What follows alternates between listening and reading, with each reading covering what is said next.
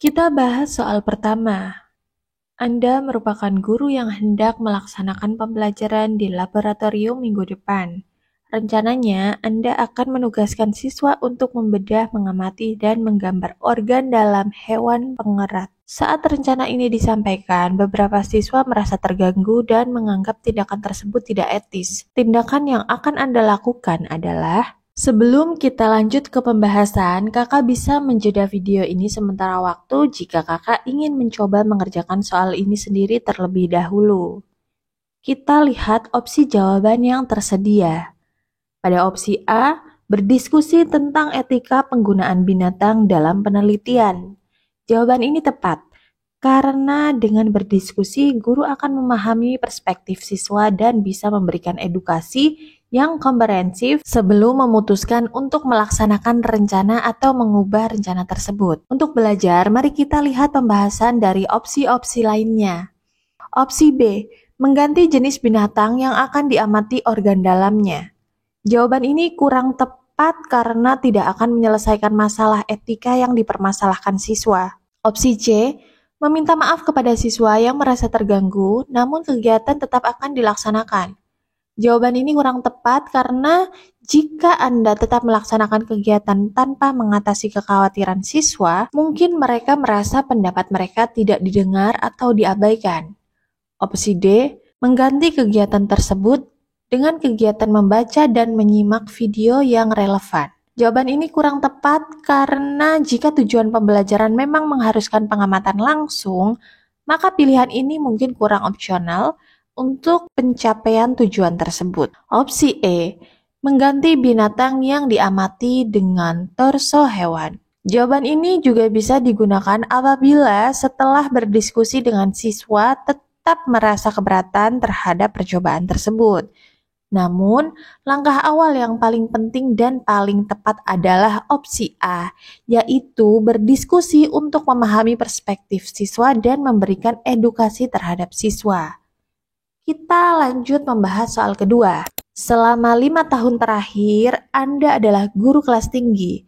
Namun, tahun ini Anda diminta untuk mengajar di kelas rendah. Ketika Anda harus mengajarkan konsep angka, Anda mencoba menyampaikannya dengan menuliskan bilangan-bilangan di papan tulis.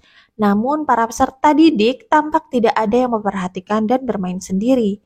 Cara Anda mengatasi permasalahan tersebut adalah: kita lihat masing-masing opsi jawaban.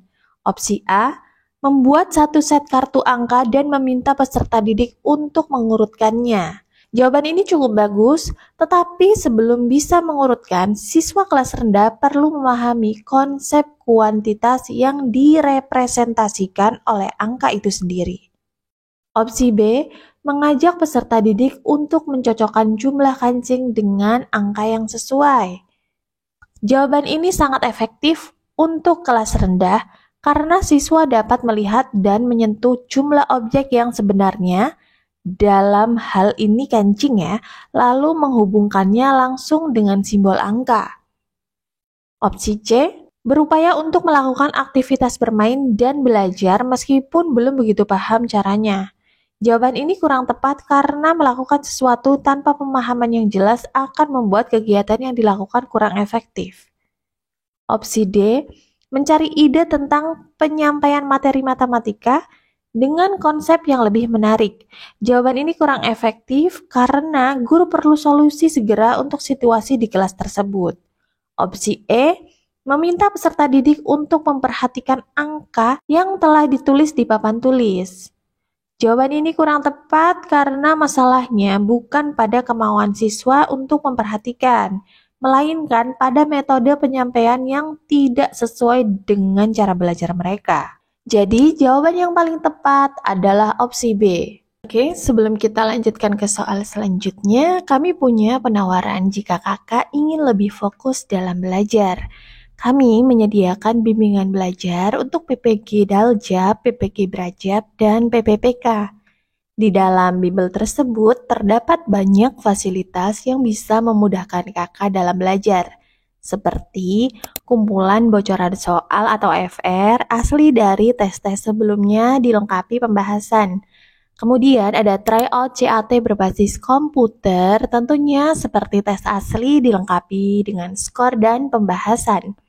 Video pembelajaran, ada rangkuman materi juga, kemudian ada contoh perangkat pembelajaran UKIN, contoh video praktik pembelajaran UKIN, contoh tugas PBG Daljab seperti aksi nyata, refleksi, jurnal pembelajaran, dan studi kasus. Juga dilengkapi dengan grup diskusi WhatsApp. Nah, fasilitas yang didapat akan kami update sehingga akan selalu sesuai dengan tugas, materi, maupun soal yang dibutuhkan saat PPG di tahun saat kakak mengikutinya.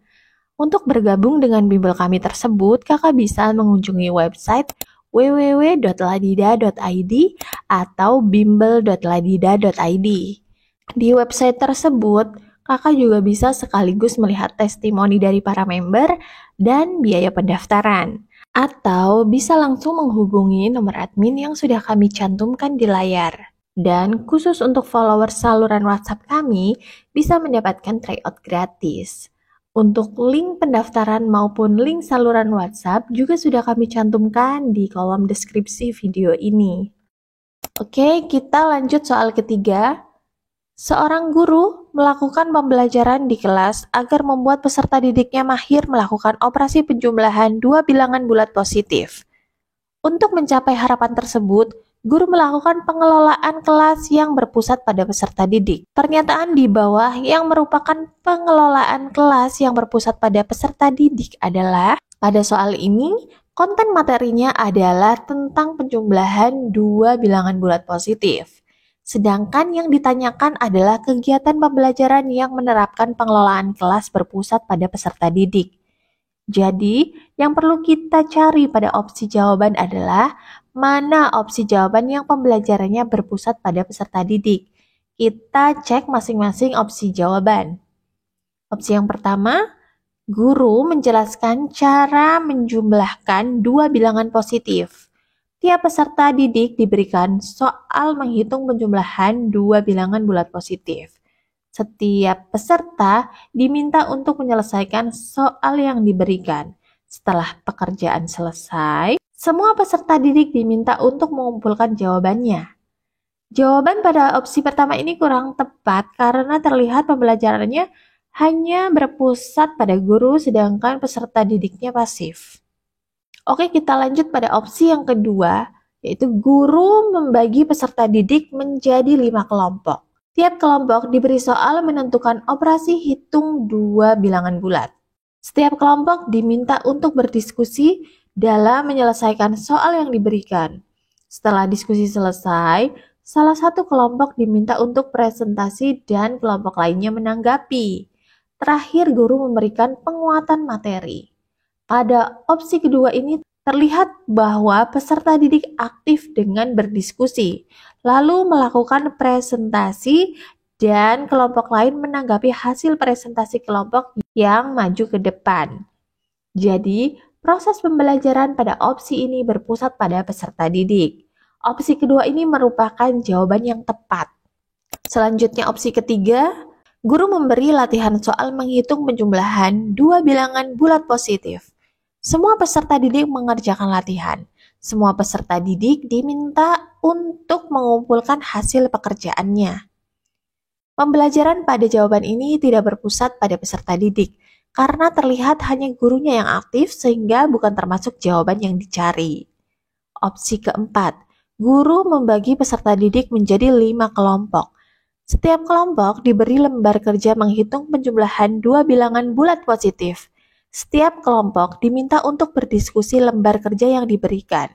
Setelah diskusi selesai, salah satu kelompok diminta untuk presentasi dan kelompok lain menanggapi. Terakhir, guru memberi penguatan materi. Proses pembelajaran pada opsi keempat ini juga berpusat pada peserta didik. Terlihat pada jawaban bahwa peserta didik aktif dalam berdiskusi, lalu menyampaikan hasil diskusinya, dan menanggapi hasil diskusi. Jadi, opsi keempat ini juga merupakan jawaban yang tepat. Opsi kelima, guru meminta peserta didik bekerja secara individu untuk menghitung penjumlahan dua bilangan bulat positif. Setelah selesai bekerja secara individu, Peserta didik diminta untuk berdiskusi secara berpasangan dengan teman satu meja. Setelah berpasangan selesai, salah seorang peserta didik diminta untuk mempresentasikan hasil kerjanya. Pasangan peserta didik yang lain diminta untuk memberi tanggapan. Setelah presentasi selesai, guru memberikan penilaian. Opsi ini juga merupakan jawaban yang tepat karena proses pembelajarannya berpusat pada peserta didik. Terlihat jika peserta didik aktif dalam diskusi lalu mempresentasikan hasilnya, sementara yang lainnya menanggapi presentasi yang ditayangkan.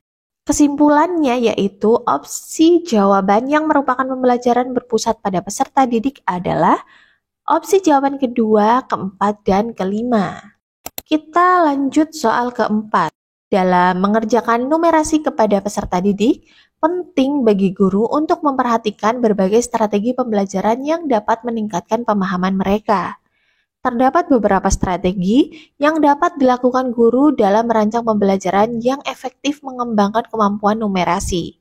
Langkah pengajaran yang efektif dalam pengembangan kemampuan numerasi peserta didik yaitu kita lihat masing-masing opsi jawaban. Opsi pertama, memberikan latihan hitungan sederhana terus-menerus. Jawaban ini salah.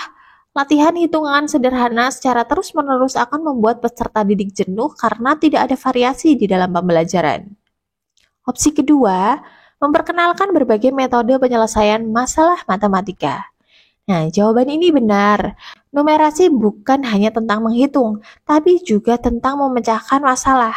Mengenalkan berbagai strategi akan membuat peserta didik berpikir fleksibel dan menemukan solusi yang paling sesuai, bukan hanya terpaku pada satu cara. Opsi ketiga, penerapan kemampuan berhitung dengan cara membayangkan angka. Jawaban ini benar, mendorong peserta didik untuk memvisualisasikan angka dan operasi matematika dapat meningkatkan pemahaman konseptual dan kemampuan berhitung. Opsi keempat, mengajarkan rumus matematika dengan memberikan contoh konkret. Jawaban ini benar, dengan menghubungkan rumus ke situasi nyata, guru membantu mereka melihat penerapan dari matematika dan mengapa rumus itu penting. Opsi kelima, fokus hanya pada penggunaan kalkulator dalam perhitungan. Jawaban ini salah. Meskipun kalkulator adalah alat yang berguna, fokus hanya pada penggunaannya akan menghambat pengembangan pemahaman dasar numerasi dan kemampuan berhitung. Jadi, jawaban yang tepat adalah opsi kedua, ketiga, dan keempat. Untuk mengakses video part lainnya, silakan kakak cek playlist yang sudah kami cantumkan pada kolom deskripsi. Video ini kami buat secara berurutan, tetapi tidak semua kami unggah di YouTube. Part yang tidak diunggah tersebut hanya dapat diakses oleh member bimbel.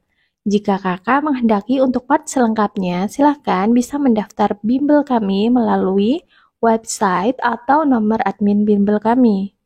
Terima kasih, semoga hal baik yang sedang kita perjuangkan selalu diberi kemudahan.